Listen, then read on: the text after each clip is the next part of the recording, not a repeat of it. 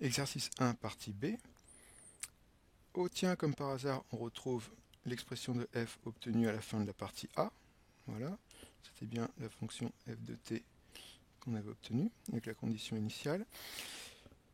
F de t désigne la hauteur de la nacelle exprimée en mètres à l'instant t exprimé en secondes. Déterminer la hauteur de la nacelle à l'instant t égale à 0. La hauteur de la nacelle est désignée par f de t, donc il suffit de calculer f de 0. On obtient 2 mètres.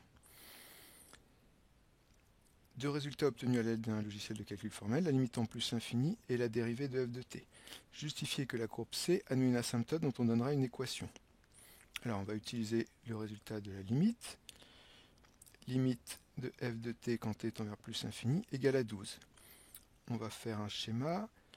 T tend vers plus infini, on va regarder le plus vers la droite possible sur ce schéma. Et donc la courbe représentative de la fonction f va tendre vers la valeur 12 sans jamais la dépasser. Là on peut supposer que la fonction est croissante puisqu'il s'agit de la hauteur de la nacelle. Et donc la droite d'équation y égale 12, la droite horizontale d'équation y égale 12 est asymptote horizontale à la courbe en plus infini. Déterminer le signe de la dérivée sur 0 plus infini, puis en déduire le sens de variation de la fonction f. On va utiliser le résultat de la dérivée. Un résultat à connaître, une exponentielle est toujours de signe strictement positif. La dérivée ici c'est 3 fois exponentielle de moins 3 dixièmes de t, 3 fois un nombre positif, c'est positif. Tableau de variation, d'abord la variable t entre 0 et plus infini. Le signe de f', on a dit strictement positif, et donc on en déduit les variations de f. Comme la dérivée est positive, la fonction est strictement croissante.